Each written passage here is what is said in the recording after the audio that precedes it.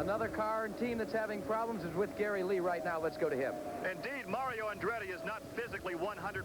The car is not mechanically 100%. It is pushing severely, which makes it very difficult to hang on to and turn it through the corners. They did make a chassis adjustment during the last pit stop. Now Mario has to manhandle the car until the next stop. Gordy, if I could address this question to you, racing can be very much mental. For Michael Andretti, it's been a very traumatic day. He had that crash in the helicopter earlier, then while leading the race, the right front wheel comes off. What kind of mind games does that play? Well, I don't think it's really bothering that much. You know, you see he got right back out there and running just as hard as he was before, and he's going to keep on running that way. It's going to take a lot more than that to distract Michael's mind from his racing out there today. Michael goes by on the inside of turn number 1, that blue and yellow machine. No, that is Kevin Cogan. That is his teammate. The cars are painted alike, but the colors are inverted. Kevin Cogan, who is running in the top 10. The leader continues to be Bobby Rahal, but the man really charging on is Al Unser Sr. Al Unser Jr. makes that, is only 1.5 seconds behind. Bobby Rahal leads this race with 47 laps completed here at Pocono. But Al Unser Jr. apparently made the right decision during the last pit stop. Can he catch Rahal? We'll find out after these words.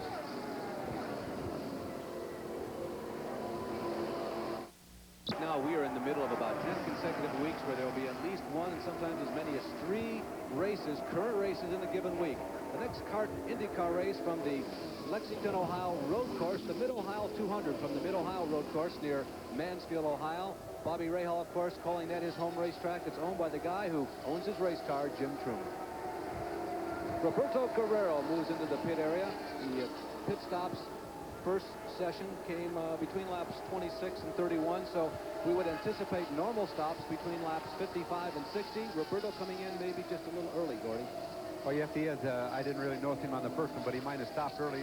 A lot of them will do that on the first pit stop to make sure that they're getting the correct fuel mileage. They might have not have got it down pat after the half-hour practice after qualifying. So they might just come in early. It's a 2.5-mile track here, and if you run out going down front straightaway, you're not going to make it back. Well, the 22 car this week is Dick Simon. The old pro has said, hey, Raul, who is his young driver, Raul Boiso, who has been running about 90% of the races for him this year, said, I want to run this one. I like these ovals. I like these 500-mile races, and Dick Simon is the pilot this year. Also, confirmation on Guerrero. He did stop early, and by the way, Roberto lost a lot of valuable practice time late Friday afternoon when everybody was out doing real heavy-duty practicing.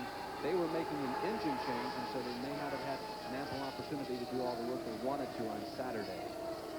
Well, that certainly makes a difference here at this track, Larry, because this is probably the toughest track they have to set up. The degree of the banking here is different on all 3 corners. It goes from 14 to 8 to 6. And you really got to get set up for the third turn here, coming out of the third turn, where you can run through there flat throttle, because you got this long straightaway here, and you're running at 180, 190, 200 miles an hour. If you have to get out of the throttle, it really drags you down, and you lose a lot of time going down this front straightaway into the number 1 corner. Gordon, down here in the pits, this is Jack Arute. One of the problems that may be developing, not a major one, but it's a problem, is fuel consumption on Bobby Rahal's car. Once again, the Rahal team is getting set to make an early pit stop. You recall we were talking to Jim Truman a while ago, and he had to break away because the fuel light went on that said that Rahal's car had run out of fuel. Now it looks as if they may be bringing him in just maybe 2 to 3 laps earlier than most of the competition. So this could be an ongoing problem, especially when you're going to make 7, 8, 9 stops in a 500-mile contest. Well, it could very well be. Bobby's been running real quick all day. As you know, he's been leading the race, and if this continues, I'm sure you're going to see him turn the boost down a little bit and just fall back in the pack a little, maybe like Rick Mears is, and conserve on fuel, because they all know that they have to go 500 miles. Well, it becomes a real head game now for Jim Truman, Bobby Rahal, Steve Horn, and crew, as they come in earlier than all the leaders. This is lap number 54. They come in after having run the last 20 laps or so in first or second position.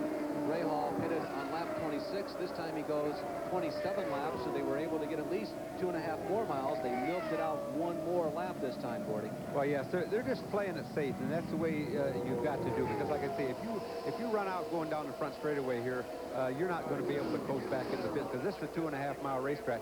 So a smart crew will not take a chance. Danny Angayas doing what he likes to do best, and run these high-speed ovals.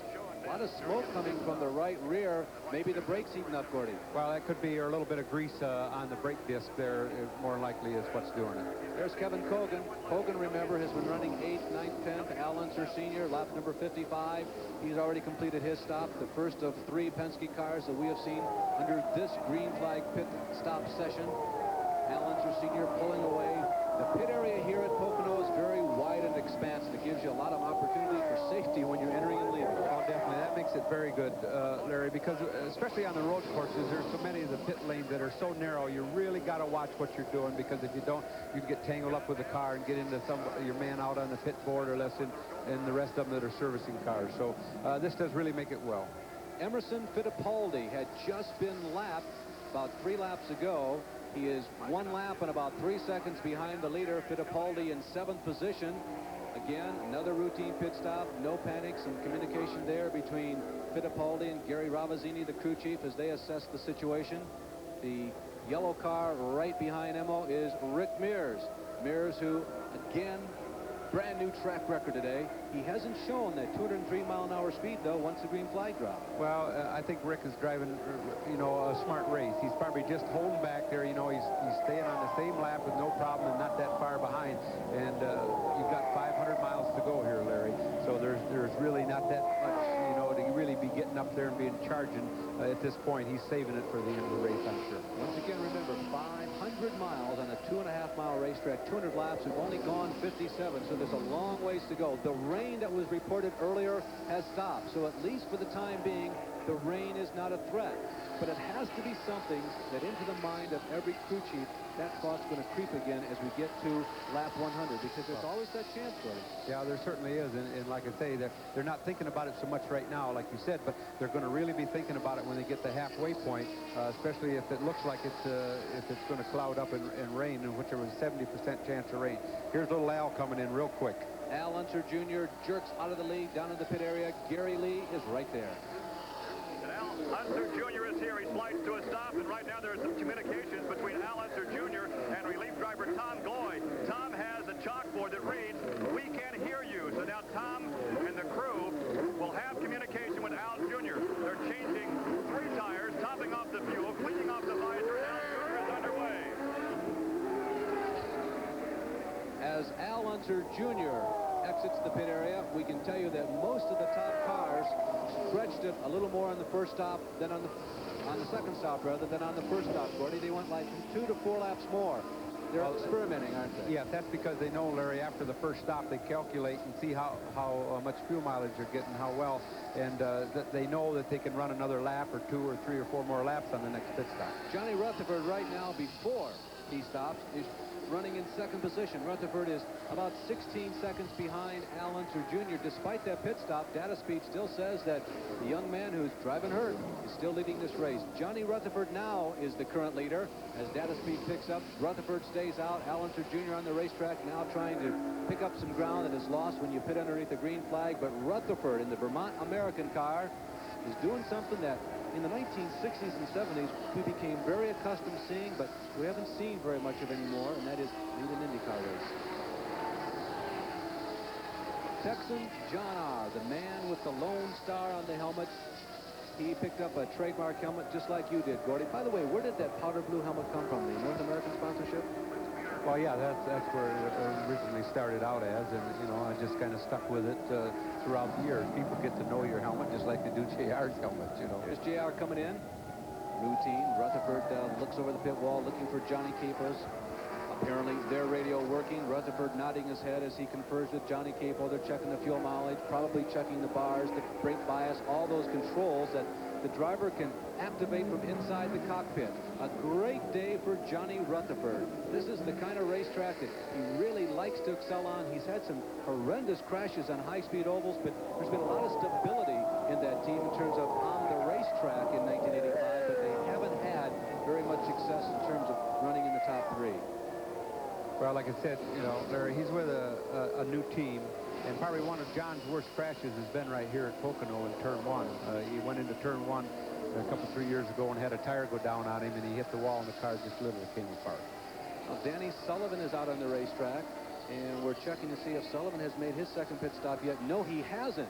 He came in on lap 30. That means if you're adding up and multiplying by 2, it's time for Danny Sullivan to pit again. It's lap number 60. We also have a report that Al Unser Sr., who when everybody pits will probably get out of this in second position, maybe black flag Gordy for a pit road violation, a stop-and-go violation down at the end of the pit row, and now a further report that maybe Al Unser Jr. will get it too. What do you think?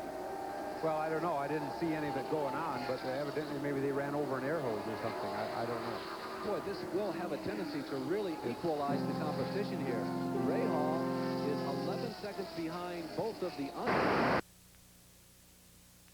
at least for a stop-and-go penalty here in the next couple of laps. Here comes Al Unser Jr. rocket shipping off of turn number 3 down the front stretch. The black flag is coming out and being waved. The black flag has been given to Al Unser Jr. He will be required to come in shortly now. Now, the last time we saw this on an ESPN broadcast, he was very reluctant to come in. Well, yes, and it's probably pretty tough on him, especially no radio communications, and he doesn't realize what's going on, if there's something wrong with his car, unless he knows he ran over a hose or something in the pits. He might run a lap or two and try and get communication through his pit board of just what's wrong. Well, let's see how he plays it. Here he comes down the back stretch around turn number 3. Remember, this is a long arcing corner, 800 feet in radius, and it's banked only 6 degrees. It does not have a negative camber, but because it is so long, and Al Unser Jr. is coming in this time, it almost seems like it has a negative camber. Here comes Al Unser Jr., one of the dominant drivers in this race. This is the car and the team that won this race a year ago. He pulls into his pit stall area. Steve Horn telling him stop. Wave, away he goes, an extra pit stop, but how costly will it be? Now we anticipate his father coming in. It's going to be... He's probably a little upset about it. You can't blame him for that because now it pulled him out of the lead. But he won't be that far behind because he just had to stop and go real quick. Well, Jack Arute is down in the pit area. Jack, what's your assessment of this situation? Larry, when you say like father, like son, you can do it again here for Al Unser Jr. and Al Unser Sr. Al Sr. will be pulled into the pits momentarily for a stop-and-go penalty. The reason is because when he exited the pits during his pit stop, he put 2 wheels outside of the yellow line, back into the racing groove, and that's a violation of CART rules. So he's in turn 3, working his way into the pits for the stop-and-go penalty. We're going to take a look. The CART official is flagging him down. They try to keep the engine running. They give him the go sign. He's got to engage it back into gear, and this is very costly for Al Sr. A good run. That was almost a non-stop, but I think he pulled it out there at the last second, Gordy. Yes, he made a stop good enough, but like I say, it's not going to hurt him that bad because it's just a stop and go, so it's just a few seconds, but it's getting slowed down and getting back up to speed is what's going to hurt. Well, Danny Sullivan continues as the leader now after all of this chicanery that's going on because of pit road violations. And you know, one of the features that we've gotten a lot of positive response from viewers on here at ESPN and our auto racing broadcast are our track backs. They are an opportunity as Sullivan points his nose down toward pit road. Danny Sullivan on lap number 64 decides it's time to finally come in and make a pit stop, and Jack Arute is there. Danny Sullivan and the Penske crew getting excellent fuel consumption this afternoon, and that could play in his favor near the end of this 500-mile contest. They look over the tires as well. They're filling it up with 40 gallons of fuel. When you look deep in the eyes of Danny Sullivan from Kentucky, you see that he seems to have everything under control. He engages it back in gear and stalls the car. He gets it fired again, but it was a costly stop, over 15 seconds. Well, that's what you'd call dodging a bullet, Gordon. Well, yes, it is. You know, I've had that happen before myself. And a lot of times, you know, I suppose all the fans think as well as the driver he messed up. But that's not really so. A lot of times your carburation is not set right, and the car is not idling fast enough, and it will stall exceptionally easily. Mario's in the pits. We've had a lot of fun with those track backs that I was referring to a little earlier, and this will be one that hopefully you'll enjoy. Track backs are brought to you by the Levi Garrett Chewing Tobacco. Time after time, the quality comes through.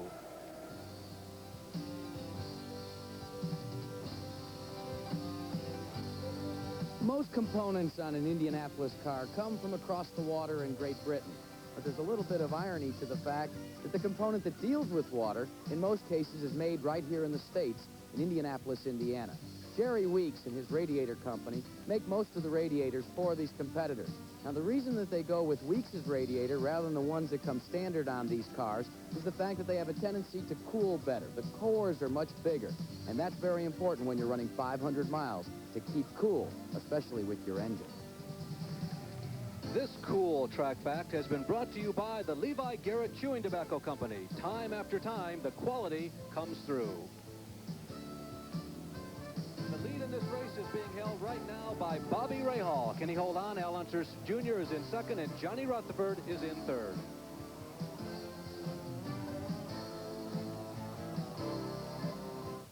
Rahal, leader of this race, into the pit area. Jack Arute is there. Seems to be a normal stop, as normal as one can be in 500 miles. They're changing the right side rubber and filling the car filled with fuel. Bobby Rahal has lifted his visor, and he's surveying the situation, checking everybody over. They now get ready to drop the air jacks. A little problem on the left rear, actually, on the hub. It's gotten stuck, but now they drop it. He engages the gear, and he's away in 23.4 seconds. Gordy, kind of a long pit stop. What about that water that we saw going right there to where they normally fill the fuel? Well, they put that water on there to keep any flash fires from coming, Larry, on it. But it is a shame that they had problems with getting the left rear on, and maybe they're kind of in their mind now, is it on really good? Not only that, but it's getting late. It's 84 laps down. The rain continues to sprinkle sporadically. Not enough to interrupt this race yet, but that long pit stop could really prove to be devastating to Rahal's hopes. Well, that very well could, because like you say, there's 84 laps now, and they're getting close to the halfway point, and he might not be able to pick that back up before the 100th lap. After all this, look who's back in the lead. After that extra pit stop, he's been in one more time than everybody else.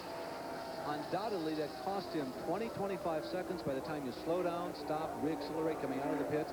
But despite that deficit, Al Unser Jr., the man with the broken bone in the ankle and the foot, leads this race by 7 seconds over Rick Mears.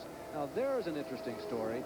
Mears, about 3 years ago, when he was winning so many races, Gordy, I had the feeling that he won so many races with his head. There were times when it didn't seem like he was really a threat to win.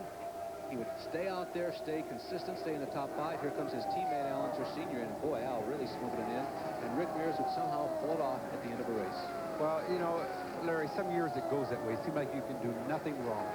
The year that Johnny Rutherford was winning many races with Jim Hall, you know, they could get down a lap and come back and win a race. And if you get a year like that, just something makes up for it. You can have a problem, but somewhere along the line throughout the race, you make up for it, and you come back to win a race. One of the adjustments that you could make during the running of a race, you just saw it take place. Allen wrench inserted into the nose of the race car, and you make adjustments on the front wing. And it really doesn't take much to make a big difference. Well, that's right. And this is where Al Unser, throughout his career, has always been really great. A lot of times at the first part of the race, Al has been a little bit slow, but as the race progresses and goes on, you see him get faster and faster. And when the end comes, he's knocking on the door. Rick Mears, a two-time winner of the Indianapolis 500, runs strongly here today at Pocono. Rick Mears, who has been in the top 3 the entire race long, also takes a little more wing. Gordy, are the atmospheric conditions or all these cars being out there, oil being dropped down, does that mean we're probably tightening these cars up a little bit? Well, that's probably what they're doing. The track probably is getting just a little bit slick. You drop a little bit of oil on it. It's not from the heat today because it's cool. And like you said, we've had a few little sprinkles. So the track is really not hot itself, I don't imagine. But the oil on the racetrack and the rubber being laid down is making it probably a little bit slick. Update. Al Unser Sr., 31 laps on that last load of fuel. Rick Mears, 30 laps. So those guys have stretched what was a 23, 24-lap full load in the early part of this race. Now, at least 2 of our leaders have gone up to 30 laps. Al Unser Jr. is somebody that we anticipate coming in the very near future. It's just about time. Remember, he had that extra pit stop, but he did not take on fuel. So he gets no additional miles because of that extra stop. So it should be time. And, yep, here he comes, Gordon. Boy, he's really blazing into it. That's what makes it really count. You know, people don't really realize that you have to really get in quick and out quick. It's not just the 13 or 14 seconds that the crew takes. It's getting in and getting out. Really, it fits. Gary Lee is down in the Al Unser Jr. pit. And here he is. They're topping off the fuel as he enters the pit area. He looks for that bright green hat on Dennis Swan, the crew chief's head. They are showing him the pit board indicating we can't hear you. Talk to us. So despite racing hard, but racing fast, they're losing again the communication. Well, maybe they can't hear him, but he's been doing right fine. Despite that extra pit stop, This man may get out of this next round here still in the lead because he had built back up to the lead just before everybody stopped. That was a pretty routine pit stop, and maybe there's something there, not being able to hear each other. Well, they can signal with the pit board, Larry, and, they've done that in the past. Al Jr. has all his years coming up. So, it definitely hurts you if you lose radio communications, but they still have communications through the pit board. This is only his 4th season as an IndyCar driver. Johnny Rutherford, who has not pitted yet, stays out on the racetrack, builds up some leading laps. Rutherford becomes the 7th driver to have led this race, a 500-miler here at Pocono. Johnny Rutherford. Now, Rutherford was in on lap number 59. That was 30 laps ago, and incidentally, Al Unser Jr. also went 30 laps. So these guys have found a way to get 75 miles, which is just about the formula out of these 40-gallon fuel cells that power these 750 horsepower Indianapolis cars. Johnny Rutherford anticipating a pit stop on the radio to Johnny Caples, the crew chief. He's down below the yellow line, and here comes Rutherford. Jack Arute, who has been covering the entire pit area all day, has moved and made his way down to the Johnny Caples and the Johnny Rutherford pit. And the Vermont American team gives Johnny the slow-down signal. They're going to the rear tires once again. Left rear and right rear both being exchanged. A full load of fuel being added. Looks like there may be a minor adjustment in the front of the car. No, they're just checking underneath it to clear the radiators on the left side. Now they're giving him the signal. They pull the air hose away, and he's off in 18.5 seconds. A swift stop for Johnny Rutherford. And Rutherford smokes out of the pit area to return to the fray. There's a good shot there of the side pods, Gordy. There's a big difference between the short track or the road course side pods and the super speedway side pods, isn't there? Well, yes, there is. It's underneath the car, really, where you can't see it, that you get the effects, the ground effects from the car. It's underneath it. You really can't see it from the side of the car. When you were running super modifieds back 25, 30 years ago, did you ever think that we would have to be informed on that technology, aerodynamics, to make Indianapolis cars go fast? No, you never thought about it. And, who knows what's going to happen here in the next 10 years, what it's going to look like, or where the aerodynamics is going to come from. Gordy, as we watch Rutherford, we see the wings. There's Emerson Fittipaldi on the racetrack. You were one of the early pioneers with wings, and I think that probably helped you out a little bit, didn't it? Well, I think it did. You learn a few things by it, and I know, when we first started, it really up the speeds in the cars. You certainly had a lot of new track records when the wings came along. Emerson Fittipaldi has moved to near the top of the point standings. We told you at the top of the show that there are 3 people in a virtual tie in the points. Emo runs in 10th place in this race. He has lost a lap to the leaders, Al Unser Jr. and Bobby Rahal, but he still runs competitively in that number 40 7-Eleven sponsored race car. Emerson Fittipaldi, a 2-time world champion who has moved to IndyCar racing. He made a few gestures at it, token appearances in 1984, but in 1985 he's gotten real serious about it, Gordy.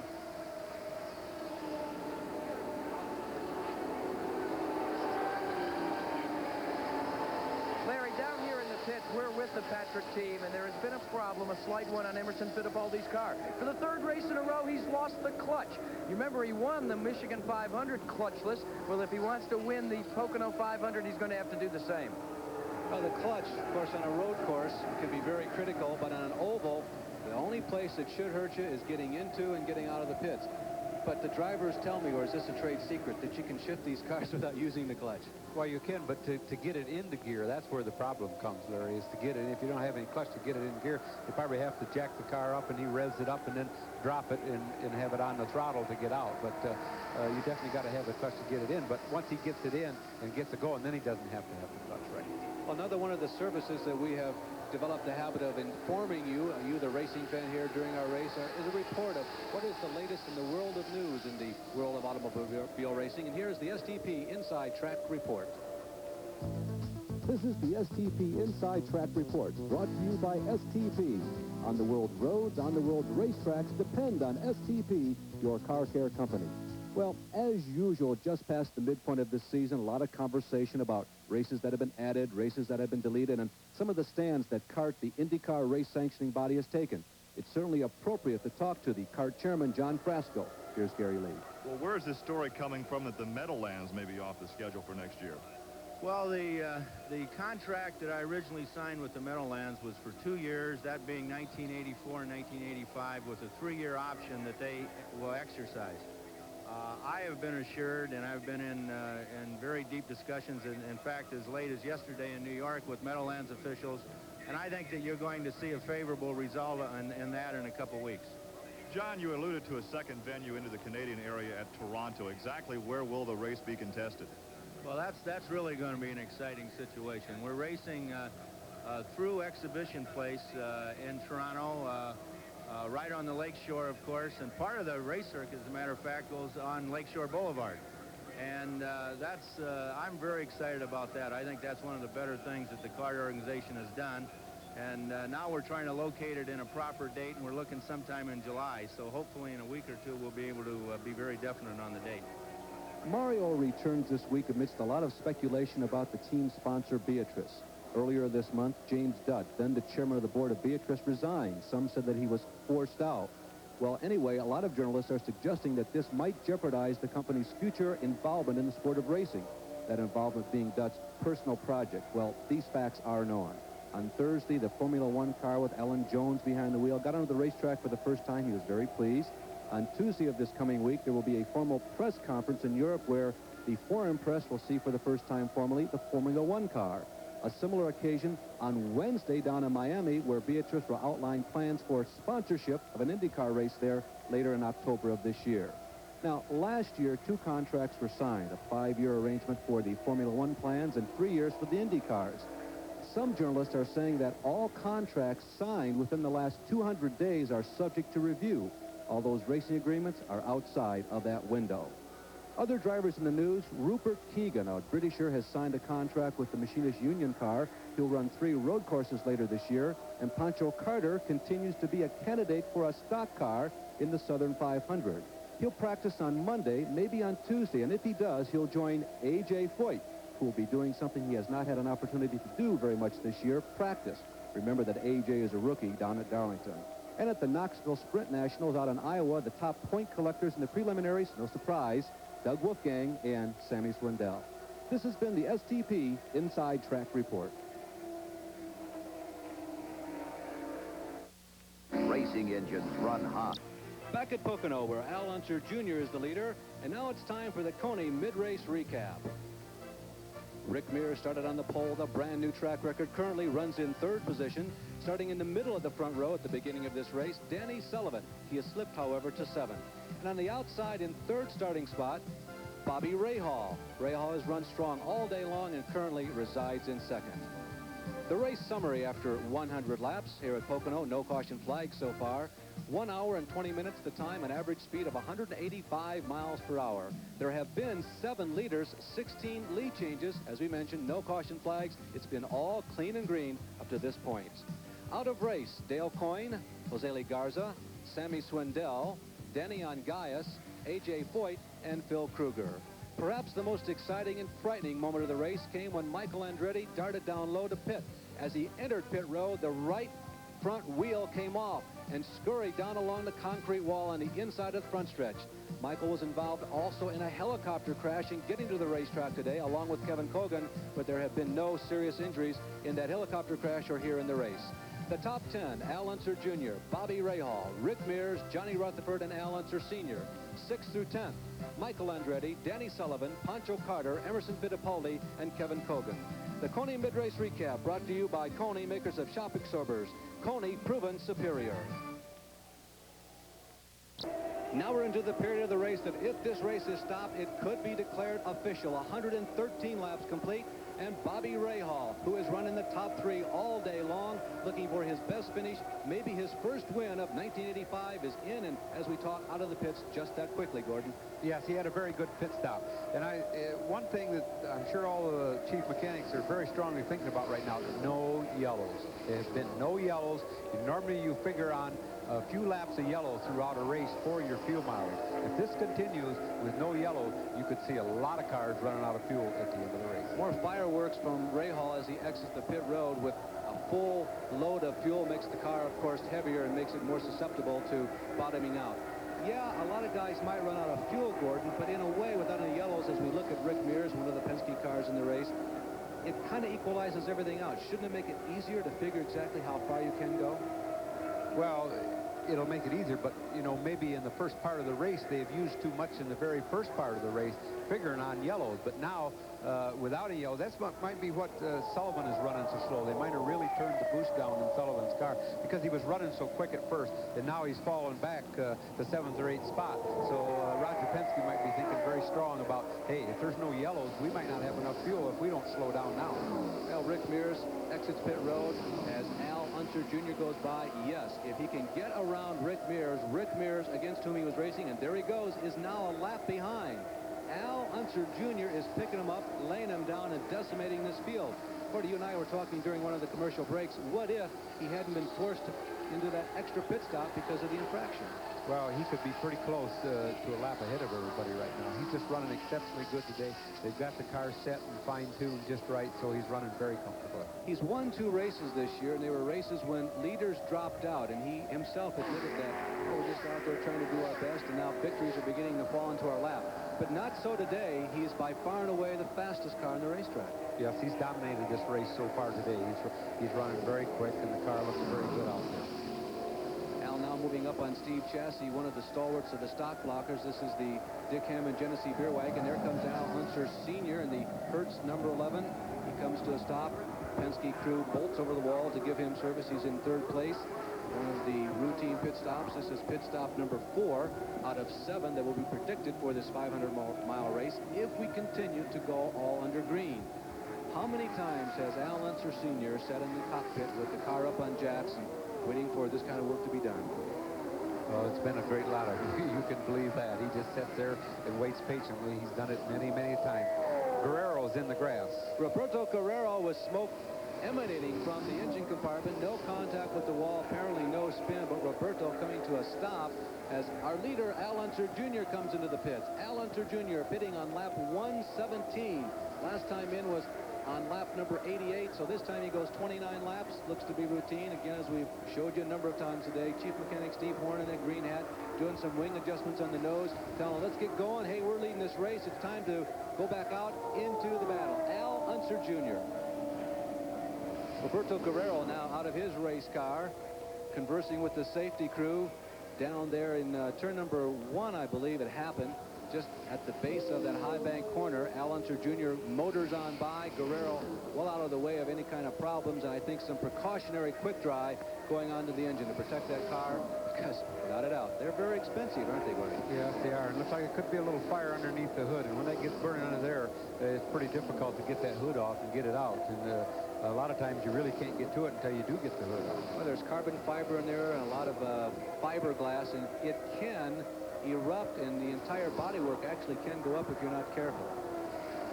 Al Unser Jr., we are told, during that last pit stop, made an adjustment to the right front wing, and again, sounds to me like the track just continues to get a little more slippery as more laps are run, and they're trying to just button these cars down and hunker them down when they go into the corners. Yes, that's very true, Larry, and if it was a hot, sunshiny day, it would be worse than what it is right at the moment.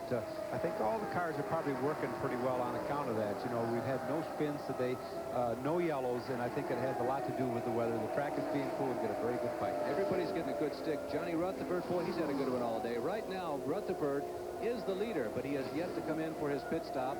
Al Unser Sr., Al Unser Jr. have made stop number 4, and Rutherford just hasn't. Mario Andretti. What do you think it is? Do you think it's Mario? Do you think it's the race car? Or is it just one of those things? Do you think it's not related at all to injury? Larry, what I think is probably happening, you know, Mario wasn't feeling very good because of his injuries, and they were shortened, I believe it was Friday on account of rain. They didn't get that much practice in, and they didn't get the car probably set just right. And the Lolas, it seems like on the big racetracks, the 2.5-mile tracks, they don't do it quite as well as they do on the miles and on the road courses. And it takes a lot more fine-tuning, it seems like, for Mario on the big tracks than it does on the smaller tracks. Well, here comes Johnny Rutherford. He comes in this time. We have completed 119 laps, and Jack Arute is there. Johnny Rutherford comes into the pits once again, and it's been actually an unrelentless pursuit for the lead. Johnny Rutherford at home on a 500-mile contest. You know, he won at Indianapolis, and now they're changing the left front tire. They're making an exchange there, and it looks like they're just going to fill it up with some fuel, and he'll be back on his way. A fine run for Rutherford. You know, he didn't qualify at Road America, but he's making up for it here today. seconds that stop. They got to be very pleased, Gordon, with what's happened today for Rutherford. It's been a struggle in 1985, and I think he kind of anticipated that he had a real opportunity to do well here, and he's really made the most of it. Well, yes, he has. He's doing a very good job. He had really smooth pit stops here. Really quick, really getting in and out of the pits real fast. Of course, that's something that Johnny's used to, is getting in and out of the pits real quick. And like I said earlier, it takes the team a little while to get together and get to know one another with the driver. Well, Rutherford has won the Indianapolis 500 3 times. He also has won this race. A lot of the veterans have won this race. It's been a race that has developed a number of different winners. Only A.J. Foyt and Al Unser Sr.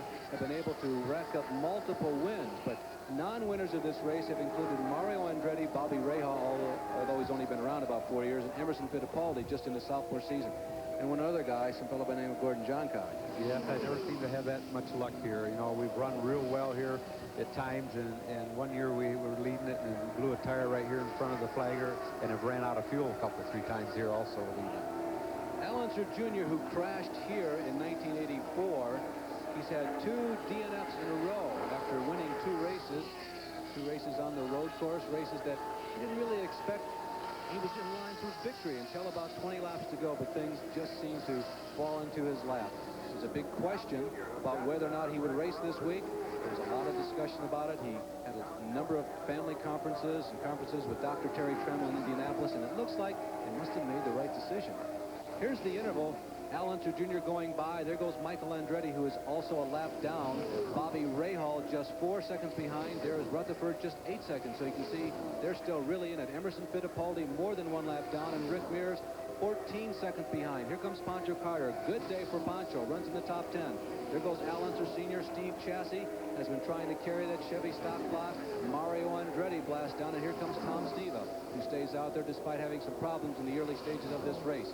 Dick Simon in car number 22. Motors in 16th position right now. You can see he's showing 37 seconds behind, but that's 37 seconds and a couple of laps.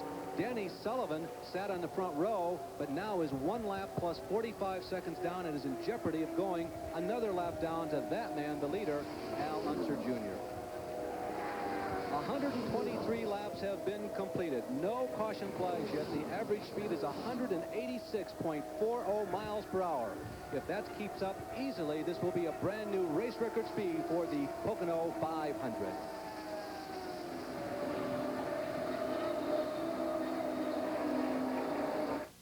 Well, the first yellow flag of the race has just occurred, and the preliminary report involves Scott Braden, but we have yet to see anything. Here comes Steve Chassis. He was another one who was called as perhaps being in trouble and the reason for the yellow flag. But Chassis motoring down in the pits, but the first caution flag, most unusual here at Pocono after 124 laps. We just told you that the race's average speed was above 185 miles an hour, and this will really slow things down and scramble, at least temporarily, the strategy as far as pit stops go. Everybody came in less than 10 laps ago, so now they got to make the decision. Scott Brayton, by the way, is into the pit area along with Steve Chassis, the crew looking over the chassis car, and I think they're sitting silently, so it may be curtains for the Genesee Beer Wagon, the number 56 car, the Californian who migrated to the Indianapolis area to drive initially in the USAC sprint car and midget divisions, and then later on was able to land this IndyCar ride. And it's been a struggle for them. They worked very hard in this stock block Chevy to try and keep pace with all the exotic Cosworths.